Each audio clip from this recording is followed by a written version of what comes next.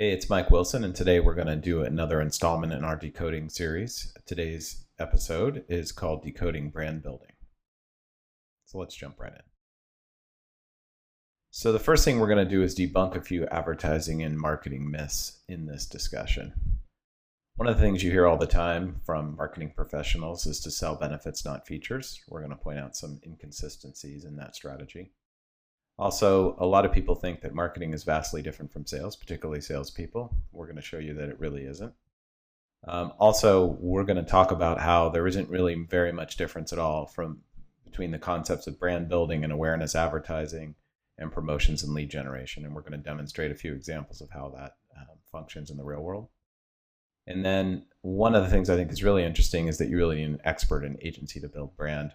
And to some degree that's true, but we also want to point out some instances where people have done it themselves and done a really good job, and it really has to do with the idea more than it has to do with the experts. So we'll cover that. A few more. One of the favorite sayings in the advertising agency world is the medium is the message. We're going to talk about that and talk about how the message is really the message. Also, we're going to debunk the myth that marketing is an art, and also that it is a science. There's actually a very predictable pattern. It's covered in the books I've written, and we'll discuss that as we go at the end. And one of the things I think is really interesting is a lot of people talk about how 50% of all marketing spending is wasted. That's not actually true in many ways, because one of the things that happens when you do a lot of marketing is you learn a lot of things, and you learn what works and what doesn't. So the idea is to get to something that really works and do that consistently, which we'll cover. So first of all, let's start from a brand point of view with what Advertising Age called the top 100 campaign, number one in the century, and that's VW's classic Think Small campaign. So in this campaign, the goal that VW set out to do was to really brand this kind of automobile, this product, as a very different kind of product. So you got to put it in context. So this is obviously print advertising. And in print advertising, a lot of people in magazines were putting in huge glossy photos of their car. So this sort of tiny little photo of this odd-shaped car really stands out. Then you look at the headline, and this is the go-go times in America. Everyone's thinking big. Instead, they ask you to think small. And then the tone of the copy, exactly the same kind of thing. Very surprising, very quirky, very unique. Our little car isn't so much of a novelty anymore. That's the first line of the copy. So one of the things that this kind of advertising did, and this particular campaign did, and we're going to explain how with some more examples, is really described who VW was and what the product was. And it did it in more terms than just rational terms. It really spoke with a voice and a personality that made it unique. So here's a couple other examples. Classic headlines. It makes your house look bigger, and if you run out of gas, it's easy to push. A very humble, kind of down-to-earth car. And this illustrates an example of, and this is where the feature benefit things comes in, how they really build a bridge between the audience, the people that are reading this, and themselves by being humble, by being down to earth. And then you can even see in the first line of copy in one of the ads, it says, "See, we think of everything." Just the tone of voice, everything about the campaign really is kind of down to earth, low key, approachable, easy to get to know. That kind of thing, very much like the car. Another classic, and really this points out another aspect of brand building, which is really the values. So these two ads, the classic lemon and then this other one, impossible. And you see in the impossible, it says a Volkswagen doesn't boil over. It's physically impossible. And they go on to explain how their basically engine is configured so that it can't be that it can't overheat. And then this lemon over here missed the boat. It's because a chrome strip on the glove compartment is blemish and had to be replaced. Chances are you wouldn't notice it, but Inspector Kurt Kroner did. So in other words, they talk about their level of quality. So this really, you look at sort of static words on a PowerPoint presentation like trust or something like that. And this is really how to get across those values, those things that are unique about the company that's being promoted and the product that's being promoted. Also, this, in many ways, in my opinion, is one of the most classic feature-driven ads. If you really think about all of these ads, a lot of what they're doing is pushing the very specific features of the car and turning them into something, turning these little details into something great. So for example, the fact that the car has a rear engine here is demonstrated beautifully. This is why a Volkswagen has so much legroom in front. So in other words, this is a good way to explain to the viewer why you're different, why you're better. Uniqueness, that's kind of a catchphrase in marketing that people are always striving to do. What's our unique message? And this, it's really a unique tone of voice, a unique feature, and a unique benefit to you because as you can see, if you put yourself in that car, as the visual asks you to do, you got all this legroom. Also, even the issue of cost. How much does this little vehicle cost? It's another messaging opportunity. A lot of companies would have put $19.95 on this thing and buy now. Instead, they talk about living below your means. Do you earn too much to afford one? Do it in a humorous, interesting, funny way that is surprising to the viewer. So let's look at another example, and I think this is a classic example of brand building, a more recent one. So if you're tired of looking at black and white ads, I think this is probably one that you know a lot more closely. And this is a classic example of a company that combines sales, marketing, everything into sort of one message. And all they're asking you to do is go to their website or contact them and spend 15 minutes to help you compare your car insurance to what exists. And they ran billions of dollars worth of advertising on this one concept. Is it brand building? Yes. Is it unique? Yes. Is it a clear message and it sells? Yes. Does it ask you to do something? Yes. So a lot of times people try and say, well, these things all do different jobs, and that's sort of true.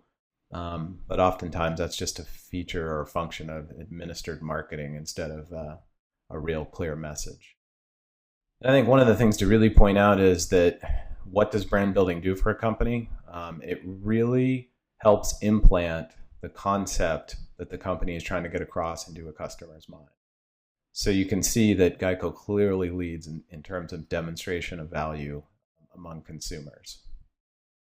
And the other thing is the impact that clear, consistent brand building has on a company.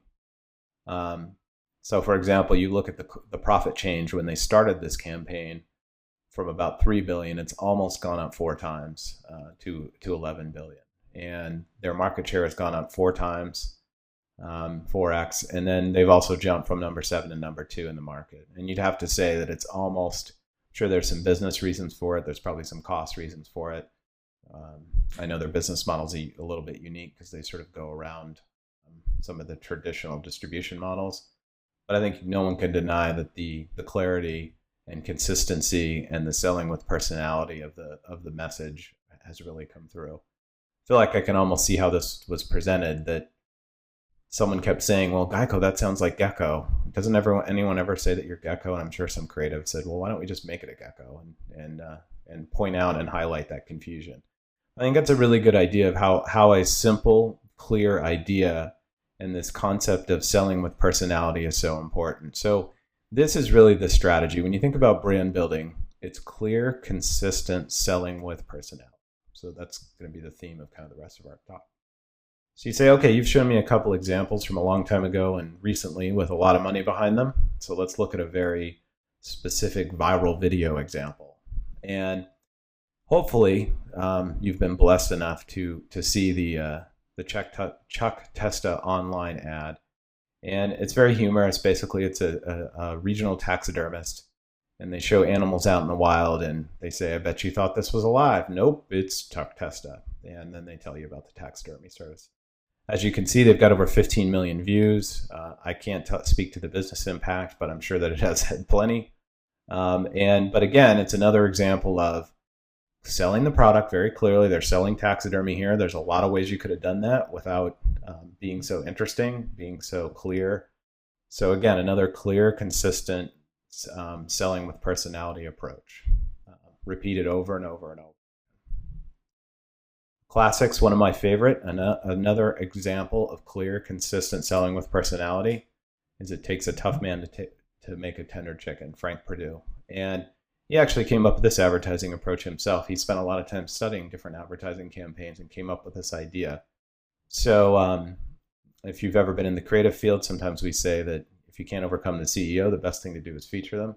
And in this case, it's certainly true. And he did a good job of sort of pushing his will into the marketing. And it was extremely effective for the company, and a consistent, clear message that they could sell over and over. So what does this mean? And here's the wrap up. So this model is part of a model that if you've read Decoding People, you'll understand fairly clearly.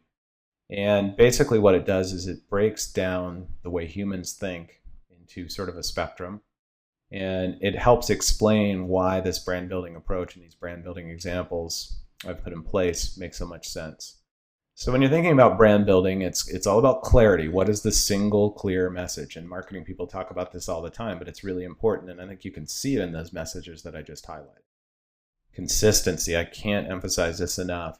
How do we deliver the message? So changing it every year, changing it every week, new message, new look and feel, new everything all the time, or lack of any kind of consistency. So we run a big campaign for a year or two, and then we go dark for a couple years, and then we run another one for another year. That's just really not the way to build brand. And then I think this is undersold, no pun intended, as a brand building tool. But some people have said if it doesn't sell, it's not creative, and I think that's really true in marketing. I think that as you can see, these great iconic brand building efforts were also very clearly to generate sales. There was no getting around it.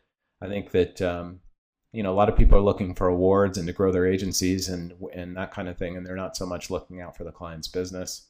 And I think there's this sort of sense that marketing's not really cool if it's trying to sell, and I think that's just fundamentally flawed.